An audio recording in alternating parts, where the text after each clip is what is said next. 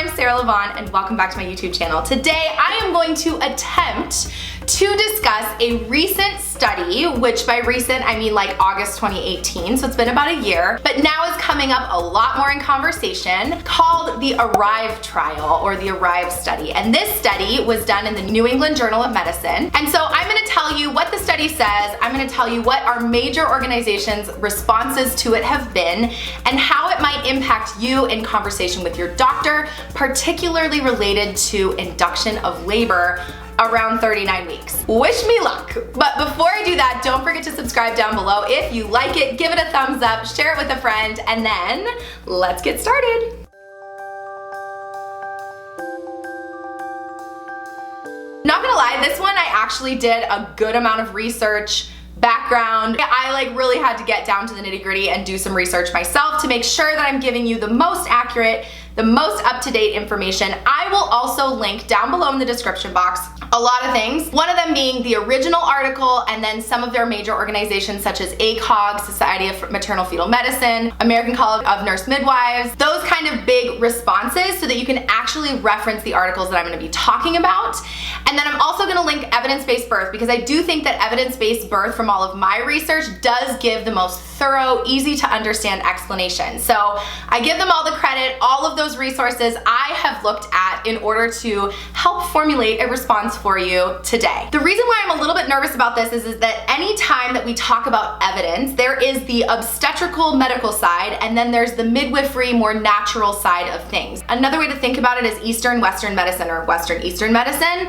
And Western medicine very much functions the way that they make decisions, the way that they guide your care as a pregnant person, but also as a human being or for your infant / child, is through clinical evidence. And so I am a trained nurse, I'm board certified in obstetrics, so the way that my brain functions is very much out of what does the evidence say. Now, at the same time, I do function as a doula, I do believe in Eastern medicine, I did grow up overseas, I think that there's benefit to both sides. So today I'm really going to speak towards the medical side of things, the Western medicine, the evidence side of things today, based on one very well done study that came out in August of 2018 last year. And so since then, I have seen in my practice, in the hospital, and in conversation with other birth professionals, how this particular one very big study has made an impact on how obstetricians are practicing this day and age. I have also heard from many of you on Instagram or on comments on my YouTube videos, particularly my induction of labor videos, saying that this study has been quoted to you, that you have kind of been faced with a decision based on what your doctor has said related to this study, which the way that you would know that your doctor has brought it up is that when they're talking to you about being induced at 39 weeks without a medical indication. So with all of that said, let me explain to you what this study says. So this is called the ARRIVE trial or the ARRIVE study, and basically it looked at data from multiple hospitals all over the US, which is a good sign when you're looking at a study. It started with a very large cohort, like thousands and thousands of women, and then narrowed it down to around 6,100 women or births that were included in this study. When you're looking at clinical studies and its reliability, you really want a large group like that. It was a randomized controlled trial, which are also keywords for being able to trust the trial, because there are a lot of studies out there that are funded by the people that want a certain outcome or that maybe aren't quite as reliable based on the selection criteria, the way they designed the study. And so I will just say, this is a pretty trustworthy study. And when you look at the way that it was designed, it's designed very well for what you can study. There's only a certain number of things you really can put into concrete numbers or results based on the way that labor and birth is different, your bodies are different, your histories are different, all of that's gonna play into the results. But when you have a number that big, you can say, probably a reliable study. So what this study did was it took two groups of women and induced women despite their Bishop score, which means they did a vaginal exam and they felt inside and said, what does the cervix say? A lot of times in the past we've said if your cervix is ripe or ready or your Bishop score is high enough, you have a higher chance of a vaginal birth. And so they said, we don't really care what your cervix is. It could be closed, thick, high. If you haven't seen my What is Labor video, vaginal exam video, or my induction videos, those would be great to supplement this video. But basically they said, we don't care what your cervix is. It could be super firm, hard, not ready to go into labor, and we're gonna induce you at 39 weeks. Or we're going to put you in the expected expectant management group, which means that the women, we would wait for them to go into labor based on when they went into labor up until 41 weeks and 6 days, and then they would probably induce them unless there was a medical indication for induction. So they're not going to put women at risk if like there was a reason medically that it was safer for the baby to be outside. They're going to induce them, they're going to be out of the study. Now, when they looked at the selection criteria for who they included in the study, they were very specific, which this to me is a key thing. They were very specific about who they allowed in the study, and really it was very particular. It had to be your first baby, it couldn't be your second, third, fourth baby. You had to be a low-risk pregnancy, and your dating had to be correct. Not like going on dates, but I mean like your gestational age of the baby. You had to have an early ultrasound, which is the most predictive of your gestational age. So we had to know that your dates were correct, so we're not inducing you and sure enough baby comes out and it's like a 37-week baby instead of a 39-week baby. We don't want to cause issues. So you had to be pretty exact with your dating, and then you would be ruled in and split into randomly into one of the two groups. And so what they were originally looking at from this study was perinatal morbidity and mortality. So looking at the baby's outcomes. Were there worse outcomes with the baby? Did more babies die when they were induced versus wait for labor, let labor happen on its own? Expectant management. You're expectantly waiting whenever it happens, it happens. And what they found was that between the two groups, they were exactly the same for that. But when they looked at other outcomes, they did actually find in this study that there was a decreased chance of a C-section when you were electively induced at 39 weeks, electively meaning by choice, there was no medical reason, induced at 39 weeks versus waiting for labor. Which like, whoa, because in the past, even in my induction of labor videos, I said to you that by being induced, especially when you're looking at the Bishop score, if your Bishop score is low, let's say your cervix is rock solid, that you do have a higher chance of worse outcomes for mom, of a C-section, and then they also talked about like cost, that it costs more money for you to be in the hospital, which is still the same. I'll talk about that in a second. So that's what we've said in the past, but now they're like, whoa, wait a second. You actually had a 3.6% difference, meaning decrease in the chance of having a C-section if you were electively induced.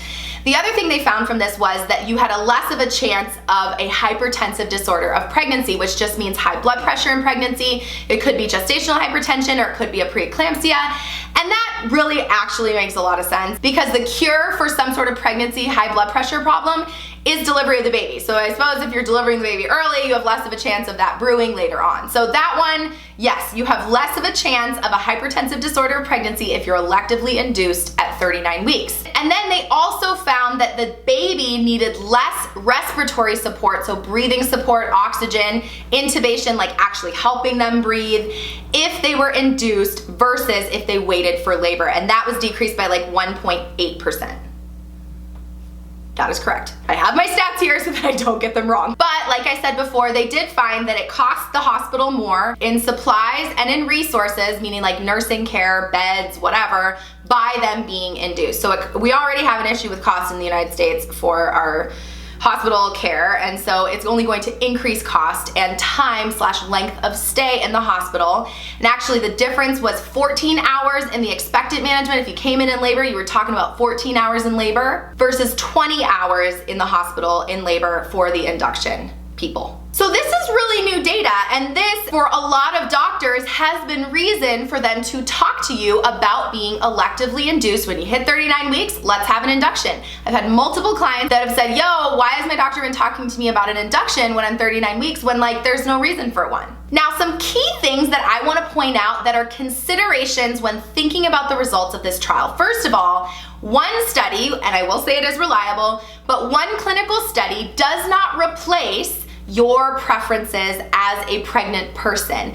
There are some things to understand. First of all, that this study was very specific about who it allowed into the study. If you are not low risk with perfect dating, your first baby/one baby, then this study may not totally apply to you. You have to be within that same population group for this study's results to really apply to you too much. Now, mind you, in general, they do have considerations for the future, but you're paying attention to that. The other big thing that I think about and that multiple people have brought up as a concern is the fact that when you're doing a clinical study, you're very much aware of that person's circumstance. The hospitals that were doing these inductions For the 39-week women, they were likely working very hard to get them that vaginal birth because you want to make it equal, right? That if you're not really giving them a chance, that's also not reliable data. But if you're giving them the full chance, meaning you're giving them lots of time to deliver, not doing C-sections when they're still in the latent phase or before 6 centimeters, etc., that then you can actually compare the results. But my question for you is, and when you're considering how these results apply to you and your pregnancy and your labor and birth, is what is your hospital's induction rate? How will they support you, give you time to achieve a successful induction? There's a difference in management of care when you're being induced. You want somebody who's going to start from the very beginning, who's going to give you lots of time, who's going to give you the option of movement or doing other things that are going to help to set you up for that induction to be successful. There are doctors that do put you on a clock still, where at 24 hours, if you're not induced, I've seen this multiple times, then the induction should have worked and you should have a vaginal birth by now.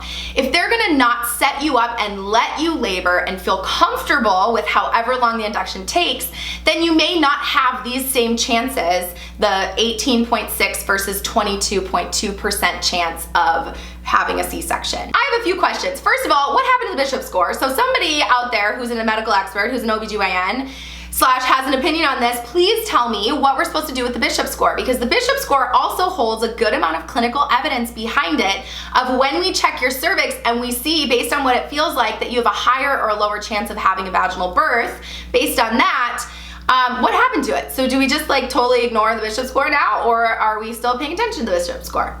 I'm curious about that. The other big nugget, guys, here that I want you to think about is partially what I preach all the time, what I stand for, what I support, which is called physiologic birth. And physiologic birth is the idea that your body knows what to do, that if you let it labor, it will get you there. Now, are there moments, are there circumstances where you just don't go into labor, or something is going on in your body where you need some extra support and tools to help you get that vaginal birth?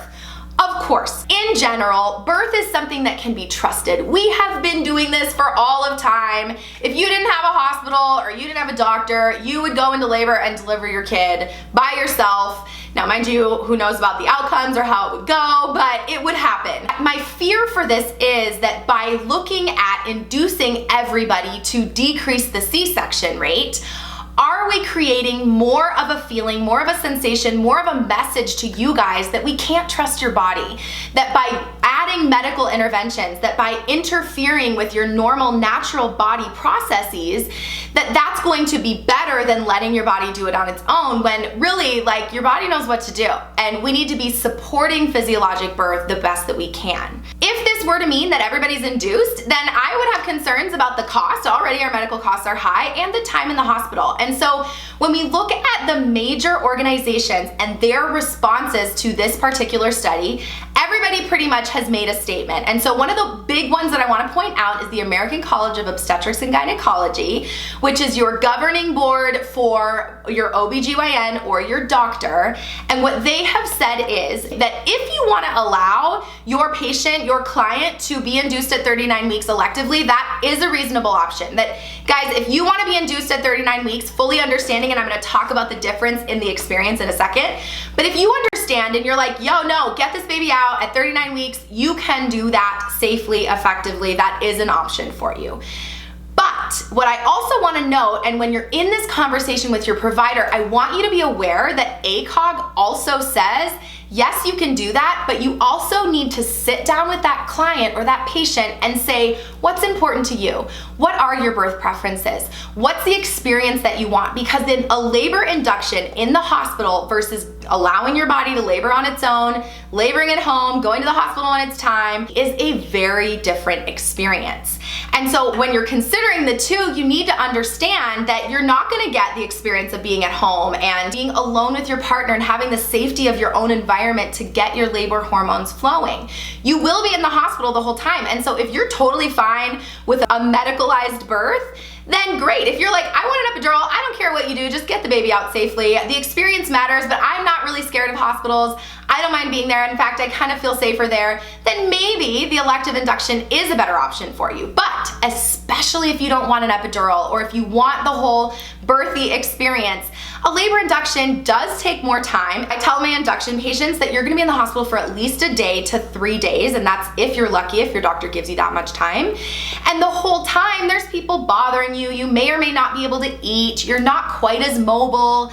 You're not at home, like going to brunch and getting your nails done and cooking when you want and outside, inside. It's not that same experience. And so you need to consider what's important to you as far as what labor experience you want, because it is your choice. By an elective induction, I mean that you are electing, not your doctor. It is you making that decision for yourself. And so it needs to be your decision, fully understanding either side, and not when your doctor comes in and says, hey, it's safer, you're gonna have a less chance of a C-section if you're induced right now, and you're like, I know I really don't want a C-section, so okay. When really their governing board says you can offer that as an option, but they need to understand and think about their preferences and understand what the experience looks like. ACOG also encourages your doctor to consider the resources that are at hand.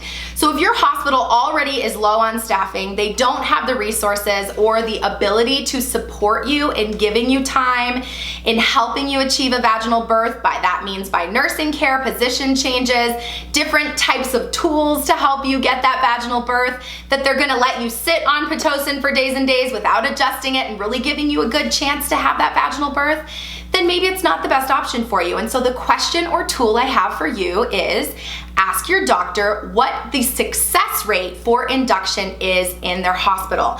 My guess is they may not know this offhand, but the more people that start asking that, the more they're gonna be challenged to actually know what that rate is.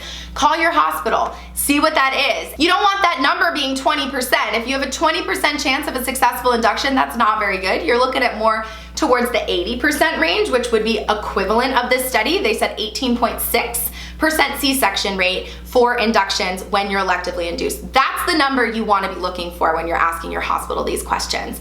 And so is the hospital environment going to support you? Is your doctor going to allow you to have as much time as possible to have that successful induction? That's gonna be really important for you to ask. The Society for Maternal Fetal Medicine, which maternal fetal medicine is like your high-risk OB doctor. So they'll partner likely with your doctor, particularly if you have a high-risk pregnancy. They also have endorsed the same criteria that ACOG has said. So what I just explained, they're like, yep, we're on board with that. The American College of Nurse Midwives has said that they, at this point, they still support physiologic birth, which is very appropriate for midwives. Midwives are gonna be more of a like, we trust the process, we'll adjust as needed, but we're gonna let the body do what it needs to do. Whereas OBs are gonna approach more on like a let's prevent a problem type side of things. And so the nurse midwives are gonna say, we trust physiologic birth, we're still gonna go for physiologic birth. If you wanted to be induced at 39 weeks and you have a midwife, you can ask your midwife if how they feel about it and if they support that. And ultimately, that same organization does say that it is your decision. So if you choose to be induced at 39 weeks, legally you can talk to your midwife, talk to your doctor. So ultimately, outcomes on baby is the same whether you're electively induced or you're not. You need to think about what the experience is that you want. Do you want the hospitalized birth, or do you really want to be able to labor at home, come in when you're truly active, labor pretty quickly, not be in the hospital as long, and then deliver your baby? Are you open to medical interventions? A lot of women, especially here in LA, are very anti-medical world. So it's like, no, I don't want you to touch anything. I don't want you to disrupt the process. Then you probably don't want to be electively induced. And then the other just little side note that I want to say is that by electively inducing, it decreased the C-section rate by 3.6%. If your goal above all things is to avoid a C-section, you're like, I don't necessarily care about the hospital piece, I don't necessarily care so much about the experience, I just really don't want a C-section, then this might be something that you take into consideration when you're deciding what you want for your birth. But I will just say that this is not the only way to avoid a C-section. I have an entire video on ways to avoid a C-section, and so go there, watch that video, do a bunch of those things. The one I want to point out today is continuous labor support. So by having continuous labor support by a trained professional, that's usually a doula or a labor nurse and birth coach, it has been linked to up to a 37% decrease in a C-section rate. To me, I hear it all the time, but that having a doula is one of the best decisions that you can make when anticipating your birth and trying to set you up for not having a C-section. One more time, ultimately, it's your decision, guys. If you're feeling pressured into being induced at 39 weeks and it is not what you want, pull up this article from ACOG that I'll link down below, bring that to your OB, have a heart-to-heart conversation, and then make that decision for yourself confidently that you're gonna go for the physiologic birth, you're gonna trust your body, you're gonna wait and see, or you're gonna confidently walk into your induction of labor saying, I'm committed to the process, let's have this baby as quickly and as safely as possible. Thanks everyone for being with me here today. If you want more from me, you can find me on Instagram, you can go to my website, which is also linked down below. If you're like, I need more information, go to my website and you can take one of my classes. I also have a new VBAC class over there. I have new PDFs. There's a perineal massage PDF and there's a birth ball guide over there. Go click around over there and find what you need. I'm here for you. If you have any other questions, comments, concerns, throw them in the comment box down below. I would love to continue this conversation with you here and in future maybe coffee and questions videos. I know I said that I was kind of nervous to do this video, and that is very much true because anytime you're talking about evidence and anything that might influence doctors in the way that they practice or the conversations they're having, if they have an ulterior motive where they want you to be induced because they're more comfortable with it, they're probably not gonna like the fact that I'm not totally like, yeah, everybody be induced. And vice versa on the other side of things if they're like, no induction. Ugh. My goal for you guys is that you can make an informed decision, that you understand both sides of the scenario, that you are wise, you are smart, you are capable of understanding this information, and I want you to be armed with knowledge and the information to be able to have these conversations with your provider, knowing that you are in control of everything that happens along the way, that it should be your decision, and that you should understand all sides of the equation. I so appreciate you guys for being engaged and for paying attention, and I'm so proud of you for advocating for yourself and by seeking out the information and the knowledge to be able to speak up for yourself and have hopefully the happiest, most positive birth experience possible. Until next time, don't forget to flex and flow, and I will see you soon. Bye! Maybe I should back it up just a wee bit. Here we are, overalls and all. Ugh. Ugh. Ugh. Maybe down a little bit so you can see the overall action. We're close up today, nice and intimate. Maybe a little more light. Oh. Oh, yeah. Oh, you can see the back of my throat. Let's try that one more time with a little more light. Today, I'm going to, okay. That was good. No good, no good. Do you hear the rasp in my voice? You can see the light. Can you see the light? No, you can't see the light. Oh, there it is. There it is. We are DON done. Smize. How do you smize? Oh, that's creepy. I support. Filter is everything. It looks like I'm not wearing pants. Oh, that's no good. Let's fix that.